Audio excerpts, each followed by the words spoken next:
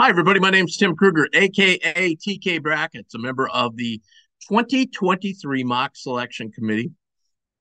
This is the first video we're throwing up on our YouTube channel. Thanks for finding us. Make sure you hit subscribe and like. It helps us out so much. Tonight, I'm just going to go through a tutorial on how I personally do a bracket. Now, you're going to see a little different format when our committee gets together. And the first night we're going to get together, by the way, just as a reminder, is going to be February 17th. That's the night before the NCAA does their top 16 reveal. We're going to be on here live doing a top 16 reveal, just like we did last year. So if you want to get a sneak peek at what we think versus what the committee is going to have the next day, make sure and write that down. 7 o'clock Eastern time, right here on our YouTube channel. It's the 2023 Mock Selection Committee sponsored by Godfather's Pizza. Tonight, I'm just going to go through as a kind of an educational thing on how I do a bracket. Look, there's a million different ways when you get together and do your bracket. Mine usually have to be at stadium on Sunday night, so I usually spend a good chunk of Sunday going through the bracket. Now, to kind of give you a 10,000-foot view, usually in December and January, what I'll do is I'll have the bracket from the week before. So what I'll do is I'll just go through and say, okay, this week I'm going to do a deep scrub on the top 4 lines. The next week I might do a deep scrub on the bubble teams from, say, seed 10 down to maybe 8 to 12 teams out. And then the third week of the month, I'll do a deep scrub on that middle section, which is the hardest section, seeds 5 through 9. And then the final week of the month, I'll just definitely maybe tear it all apart and go back and reselect the teams and make sure I had them in the correct order. Now, this process doesn't just happen for me on Sunday. It happens throughout the week. I'll grab my computer and sit down and maybe just take a look at my last week's bracket, kind of where I had everybody, kind of see some of the results that have happened. Like a good night for me to do this is on a Thursday night after it's been a lot of games played Wednesday. And I'll go through and I'll check out, okay, we had some movement here. Is this going to be enough maybe to push team A over team B and so forth? But not a lot of it. The deep dive will come in Sunday. I think a lot of people, if I can just bring it up, a lot of people use Warren Nolan or are familiar with Warren Nolan's site. His site is just outstanding, and I'll pop that up on the screen right now and give you a little example of what we use to select the teams and what the team sheets really look like in case you're unfamiliar. This is Warren Nolan's site. It's the one site that I've found that is closest to what the NCAA looks at on team sheets. I was in the 2015 NCAA mock selection committee, got to go to Indianapolis, and they gave us exactly what they had and what they use. And this was almost exactly what the NCAA committee uses. And I'm going to use an example here of TCU to start out with.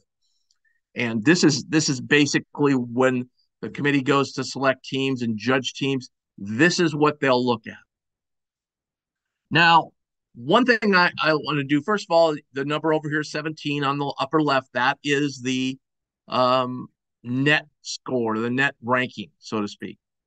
Then you have the name of the team. The first thing I'll look at right here, of course, is their record right here, 17-6. We'll look at a little bit of that road record later, but 17-6, I basically look at the record first. The second thing I look at, a lot of the people like to go to quad 1 and 2 wins, or maybe look down here in where the teams have played.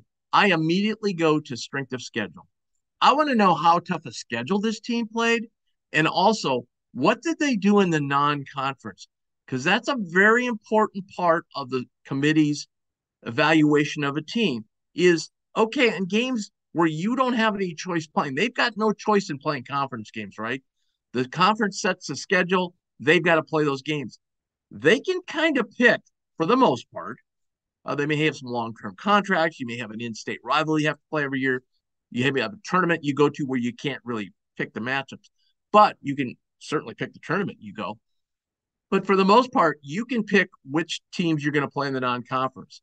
The non-conference games are all in light blue here. You'll see that, for instance, TCU only played 4 against quad 1 and 2 combined. They played Iowa, Mississippi State, Providence, Utah. Two teams in the field, two teams right now out of the field. But look way to the right in quadrant 4. You'll see that that's where I really like to look right now. When I saw that 251, I said, okay, what's contributing to that 251? Well, this is what's contributing to it. They played nobody in the non-conference. They stacked it up. They played 5-6 games against the bottom, say 10% of teams in the country. They played 7 games against the bottom 20%. And then they also had a bad loss here, although it's a very decent Northwestern State team. They lost to number 175 in the country. That was a quadrant 4 loss, excuse me, on their home court. So immediately I'm going to go, okay, this is something I want to keep in mind and look at. I know a lot of people like to look at result based and predictives right away. I rarely will look at those until the very end. I don't put, and neither does the committee, a huge percentage of weight on those. Because in my eyes, you can see a lot of what's up here in the result and predictive base. You can see a lot of that down here. Like scheduling, is one of the things that goes into it. Their non-conference schedule, their strength of schedule. How tough is it? Obviously, being in the Big 12, TCU is going to offset that poor non-conference with a huge boost in their strength of schedule by playing in the Big 12. And frankly, that's why some teams do it. I would love to, and I've done this with a couple of Division I teams before. I would love to be able to work with Jamie Dixon and his staff on scheduling here, because I could make this so much better for him and get rid of this 251 number and make it like 150. And what will happen here is this 251 number won't prevent them from getting in the field. It probably won't prevent them all that much from getting in a certain quadrant of the bracket. But when it comes down to the nitty gritty, it could prevent them dropping them a seed line or two because of that non-conference strength of schedule when you're comparing them to another team. And we're going to do that in a minute. But at any rate, so then I immediately draw my eyes to this chart up here, which is quadrant 1, quadrant 2. You can see they're 5-5 against quadrant 1, 4-0 against quadrant 2. That's 9-5 overall. That's a very good record amongst the better teams that you're going to play. So then I drop down. A lot of people will look at that and go, well, they're 9-5, and that's the end of the road. That's not what the committee does, and that's why the committee takes so much time doing this. They then take a deep dive into the schedule itself. And the first thing they'll look at is quadrant 1, upper quadrant here. As you can see, the numbers are right here. That means teams that are 1-15 in the net, 1-25 on a neutral floor, and 1-40 on an away floor, they would fall into this category. Those are the best teams you're going to play all year long. And as you can see, TCU got 2 wins out of the 6 games they played in that upper quadrant. That's actually pretty good. Very few teams have a winning record in that upper quadrant, just because obviously you're playing better teams. You're playing them on the road. Very difficult to win against a high quality team on the road. So that's a nice job by TCU. Another thing what I will look at, just, and obviously you have the bottom quad 1 tier right here. But what I like to look at is, okay, let's dig a little deeper. How many games did they win against top 10 opponents? They had 1. How many against top 15? They have 2. But my biggest number is how many did they have against the top 25 teams in the country? Because think about it, the top 25 teams in the country is basically where your top 16 seeds are going to come from, your top 4 lines on the bracket. And those are the best teams in the country. Those are the best teams in the NCAA tournament. Year in and year out, sure, we have a 5 seed or an 8 seed once in a while win the tournament, but most of the time they're going to come from those 1-4s. So how did they do? And right here, you can see they had 4 wins against the top 25 and only 3 losses. That is outstanding. So right away, I'm looking at this and I'm saying, wow, their schedule, what they did in their schedule, and most of this obviously is in the Big 12 portion of their schedule. They've kind of already offset the 251 non-conference. They've kind of offset that, and so now you've got a real positive check mark for TCU right there. Then you'd look at a little bit, okay, how'd they do in quad two? So I like to make another cutoff, top 25, top 50. Okay, how many top 50 wins do they have? And you can see they had 5, they had 6 top 50 wins. And then you tack on 3 more. So they had 9 top 75 wins. I kind of draw the line at top 75 simply because there's rarely any teams that get at large bids over 75. Quite frankly, not too many get over 50, but some do. So that kind of gives you an idea of, okay, against tournament teams, how are they doing? That's another thing the committee looks at, tournament teams. So right now in my bracket, they played 1, 2, 3, 4, 5, 6, kind of Providence. Yeah, they won 6 games against tournament teams in quad 1 and 2. That's real strong. They only lost 4 games because Mississippi State's not in the tournament in my bracket. So 6 and 4, very, very good. So you're looking at this, you're saying, okay, that's pretty good. Now at this point, I look at 2 other things. Number one, I look at road records. They're 2 and 4, but that doesn't tell the whole story. That's only road. I also try and look at these ones that have ends beside them. Those are neutral site games, and you can see they went 4 and 0 in those neutral sites. So really, their adjusted road record is 6 and 4. Not bad, right? The other thing, that's when I look at the result base and predictive base. And if you look at this, you can see that they're pretty much, their predictive is like an average of 18. Their result base average of 21. So that fits right in line with their 17. Well, guess where I have them on my seed line? 17. I didn't look at predictives and figure that out. I went through all these other things on the team page to come up with that total. Now, as I said, normally you're not just looking at one team, but you will see when we get into the mock selection and you jump on the YouTube channel and watch us go through this process, you'll see we will talk about individual teams. And when we do, we will pull up the team sheet like this and look at it. But most of the time when you're putting your bracket together, you're kind of taking a look at 2 teams, right? You're comparing one team to another. And right now, just for the fun of it, I just picked a team that was real close to them. And I picked a team at Creighton because they have a much different looking resume. First thing you would do is compare these. You see 15 and 8 and 17 and 6. So obviously TCU, the big record, better record. But look over here. Look at Creighton's non-conference strength of schedule, 33. That's outstanding. That may explain why they have all this red in the top quadrant of quadrant 1. Because as you can see, 2 of those games were non-conference games, both away from home. They also lost away from home in conference to UConn, Marquette, Xavier, who all right now in my bracket are on those top 4 lines. So they didn't lose to any chumps there. They would have been nice, would have been a much better looking resume had they gotten one of those high quality wins. They have some more coming up here down the road, but that's one thing you would look at. But then you go down to the rest of Q2 and you can see right up here in quadrant, they've got 2 and 5, 4 and 2. So that gives them a 6 and 7 record versus the record we talked about with TCU was 9 and 5. So not as good, not as many wins against this group. Now they kind of made hay here in quadrant 2 where they were 4 and 2. They also had a nice win when you again dig down in that resume a little bit.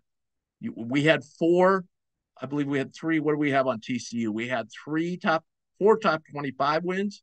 Here we have 1. Okay, but how many 50 wins do we have? 1, 2, only 3. So you can see a lot of people, I have Creighton at a 9. A lot of people say, what in the world's going on, Tim? Why don't you have them a 7 like other teams, other bracketologists, excuse me? Well, that's why, because their resume is pretty thin against really good teams. You look at these top 50, they're 3 and 5, 3 and 5 against the top 50. It's not horrible. There's a lot of teams in the country. As I said, it's tough to be above 500 against those better teams, but still that kind of sits at a record where you're looking at, okay, you can see there's kind of a little bit of weakness in their resume. Now they took care of some of the, other teams here. So they've tacked on a couple more top 75 wins. So if you're looking at that perspective, you've got 3, 4, 5 top 75. I think TCU had 9. Big difference, right? Also, you look a little bit further, you can see why they had such an excellent non-conference. They only played 3 teams in quadrant 4. One of them a pretty decent St. Thomas team, and then 2 teams in the 300s. That's more of a schedule that I'd like to see one of these high majors play. Uh, they tacked on a lot of these games when in the high 90s. They did have one sort of bad loss there to Nebraska, but certainly not as bad a loss as Northwestern State. So when you average it all out, you'd say, you know what? You can easily see just by looking at the TCU 5 seed, much better resume than Creighton, a 9 seed currently. One thing you can look at, and I want to go back to the road record. Again, their road records are pretty even. So are their neutral site games. So they're pretty simple there. Creighton not as good though, because Creighton's lost 7 neutral site and road games. They've won 4. Again, that's not danger zone, but it's okay. But here's the big difference. If you want to look, we showed you earlier how TCU was so close in the result-based and predictive metrics. Look at the difference in Creighton. The computers love them. They come out to an average of about 11.5 here on predictive. Result-based, not so much. If you were going to flip this into a scheduling matrix, that'd come out to about a 44. So that'd be an 11 seed, the bottom of the 11 seeds. If you were going to use predictive, they'd be at the bottom of the third line on the bracket. So you can see wide disparity. If you average those out, it comes to a 7. But I think if you compare Creighton, the 15-8 record, only 1 top 25 win, only 2 wins against Q1, against some of the other teams that are in the 7 and 8 range, they all either A, have much better records, or B, have much better resumes, and sometimes both. So that's how you would come to a determination. Now, I'm going to close this out briefly by showing you one other piece of information I use, and that's my spreadsheet that I use. And this is something that I developed, and it's something I really just love and really do all my work here. And here's where I will, I've got this set up. What you're going to see this spreadsheet used when we get into the mock selection committee. It'll look a little different. We won't have this automatics column here. What this is, it helps me when I get done with my bracket. It helps me kind of keep track of who the automatic bids, especially these mid and low major teams are. And I put a little net number by them so I can get an idea of where they fit into the bracket. This is my seed list over here. Yellow means they're an automatic for that conference. Now, what you'll see us using a lot in the middle of this will be a lot used when we do the mock selection committee in the first week of March. You know, we'll have teams to vote on. We'll have teams holding in the cross country. That means they missed the cut, but we're going to save them for the next go round. And then we'll have this long list to the right here, just to the left of the red line there, teams under consideration. This is something I use down here. If you scroll down a little further, I've got all the procedures lined out. So that kind of keeps me focused on what I need to do. Also, there in the left where the red teams ineligible, those are teams that are ineligible for the NCAA tournament. Because right now we have one team, Stonehill, that's actually leading their conference, and they can't get in. If you scroll over a little bit further, this is where we do all the bracketing. This is where the sausage is made over here. So I just copy and paste my bracket into the left column there. I put them in and color code each team via their conference. You'll see the chart right there. And that kind of keeps me so I don't break any of the rules and procedures that the NCAA has about having teams from the same conference in the same region and so forth. The nice thing about this, I've got it set up. So once I have these all plugged in here, they automatically pop over here to the right into a bracket that I can copy and paste, send off to my editors over at Stadium, and they can easily put that into their fancy, neat looking bracket on Stadium. Down below here, I've got last four, first four out, second four out, number of teams by conferences. If anybody's interested in this, sorry, going to have to charge you a small fee, but I certainly would be willing to share for it. Just hit me a DM on @TK Brackets and we can discuss it. But I hope you enjoyed that. I hope you kind of get a feel for how I look at teams and how I set up a bracket. I'll just basically start kind of when we went through the tutorial of the team sheets. I'll basically start at the top. You know, if I was going to do a bracket today, I would start at these top four and go, okay, let me take one look at, Purdue, Alabama, Houston, Arizona. Any change there? Is there a clear-cut difference between the four? Then we go down to the next group and on and on and on. Sometimes you have to do a deep scrub. And when that happens, I'll kind of show you what it looks like. It's kind of a confusing sheet, but sometimes when you get it all out in front of you, you kind of get an idea. And here's what one that I did a while back, and you can see I have all these categories.